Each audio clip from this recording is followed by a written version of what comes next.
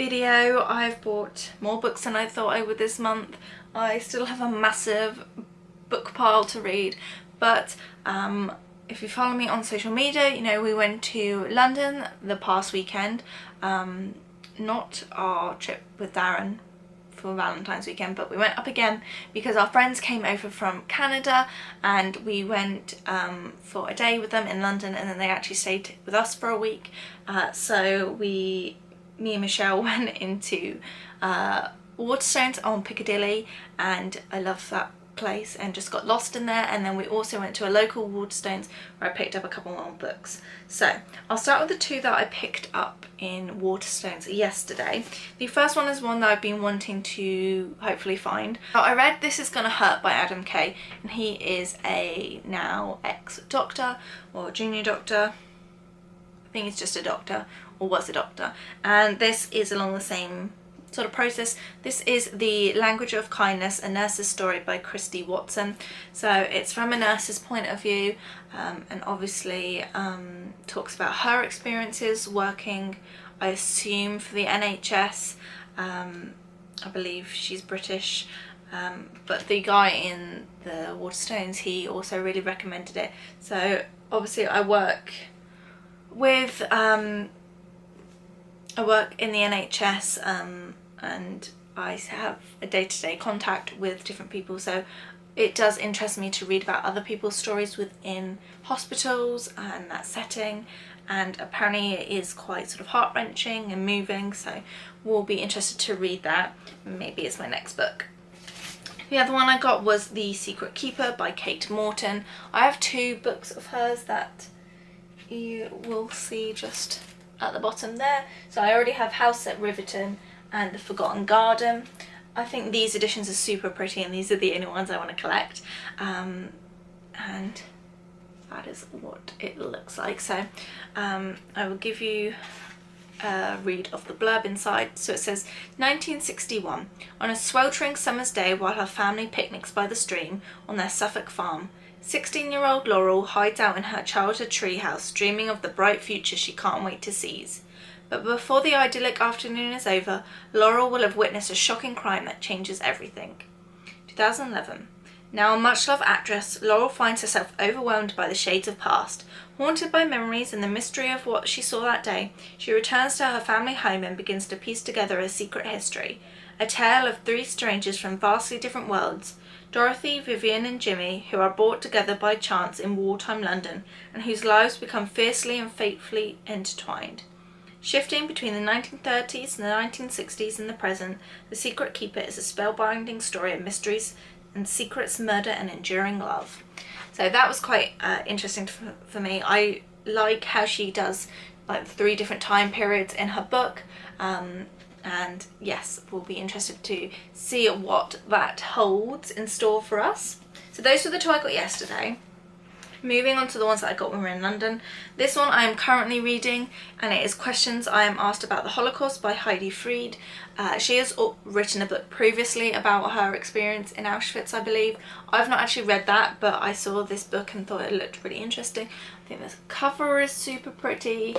On the back there is a picture of Heidi. And it's a fairly small book, so I think I'll be able to get through it quite quickly. But basically she has done lots of tours and talks on her experience with the Holocaust and her thoughts about it, and this book is basically some of her most common questions that she gets asked. She basically says there are no stupid questions nor any forbidden ones, but there are some questions that have no answer. So obviously she tries to answer them the best she can, but I will just tell you a few of the questions that she does answer in the book. There's quite a few of them. So anything from, what was the worst thing that happened to you? Why did Hitler hate the Jews? Why did you not fight back? Were you always hungry? Do you hate the Germans? How does it feel to grow old? What is your view of the future? So all kinds of things about her time and her thoughts now and how she wants to go forward.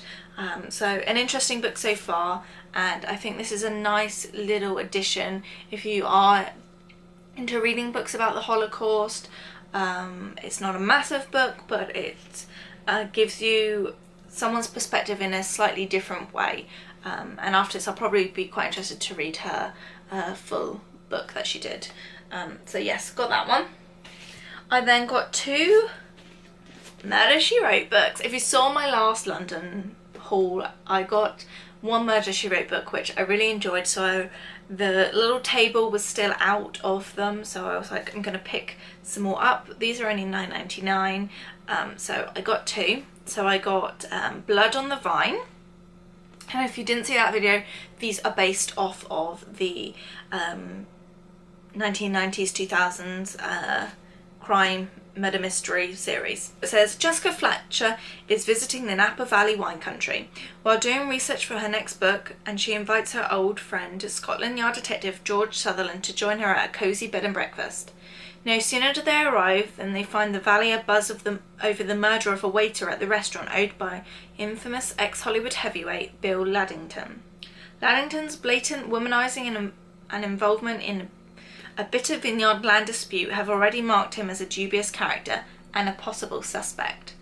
But when Laddington himself turns up dead from a supposed suicide, Jessica knows that a murderer is on the loose, and with little help from George, she must try to distill a motive for murder from an extensive list of less than vintage suspects. So 2 people die in this book, so that'll be interesting to read. And I picked these mainly because of their settings. I thought they were quite interesting. And then the other one I got I'm very excited for, and it says You Bet Your Life. And can you guess where it's set? It's set in Vegas. So it says, when her old friend Martha decided to get married in Las Vegas, Jessica Fletcher made the trip to watch her walk down the aisle. But what were the odds that she'd be back 2 years later to watch Martha stand accused of her husband's murder? Ooh. Jessica's never been one to gamble, but she's willing to bet that Martha isn't guilty. Martha's husband was a high-rolling Las Vegas local with 3 ex-wives and plenty of jealous acquaintances. After joining Martha's defense team, Jessica combs through the man's past to find the real killer. But as the media attention grows and Jessica is interviewed by the news anchors of Court TV, the stakes are raised and Jessica learns how to play for keeps. So that sounds not only a really interesting plot line, but I'm really interested to read about Vegas and just be transported back there. So got those 2. The next one I got was one that, again, that's been on my to be read for a while. Michelle recommended this as well. She said it was quite good, and this is Reasons to Stay Alive by Matt Haig. I believe he suffered quite heavily with depression and anxiety, I think, and it says on the back, what does it mean to truly feel alive? This is the true story of how Matt Haig came through crisis, triumphed over a mental illness that almost destroyed him, and learned to live again. Moving, funny and joyous, Reasons to Stay Alive is more than a memoir. It is a book about making the most of your time on Earth. So, I don't know a whole lot about him, but a couple of my friends now have read this and quite enjoyed it, so I thought I would give it a go. It's got quite high praise from Joanna Lumley and Stephen Fry. I don't know if Matt Haig is British, but there is a lot of British praise on there for him, so yes, interesting to read that. The last adult fiction book I got was We Must Be Brave by Frances Liardlet, and of course I've got this because it's a signed edition. They had tons of signed editions of different books in Piccadilly. A lot of them were ones that you could probably find online in their signed section as well, which is my new favourite thing to browse. But I will read you the inside of this. So there's the signature. So it says, December 1940. As German bombs fall on Southampton, the city residents flee to the surrounding villages. In Upton Village, amid the chaos, newly married Ellen Parr finds a girl sleeping unclaimed at the back of an empty bus. Little Pamela, it seems, is entirely alone. Ellen has always believed she does not want children, but when she takes Pamela into her home and the child cracks open the past, Ellen thought she had escaped and the future she had dreamed for herself. As the war rages on, love grows where it was least expected, surprising them all. But with the end of the fighting comes the realisation that Pamela was never theirs to keep. So obviously it's about this woman that finds a little abandoned girl. She sounds like she takes her in and looks after her. Obviously it unveils a lot about Ellen's past, and then towards the end obviously something happens, they have to give the child back or something. Not sure, but sounded intriguing, and I like books set around wartime, so yes, thought that would be a good one to read. And then the final book I got is actually a set of 4 books, and this is slightly different to what I'd go for, and I haven't made a habit of buying too many of these. There's a couple of different reasons why I bought it. One of them I won't go into. I'm not pregnant. Let's just establish that, and we're not going to be for any time soon. But these books were really nostalgic for me. I didn't read these, but I watched the TV shows and I loved them, and I loved the characters, and when I saw this I was like, I need to get that for our future children. Super sweet. I loved the little collection it was in. So this is the Old Bear collection by Jane Hissey. You may know the books, you may know the TV show. It won BAFTAs. So it comes with 4 books.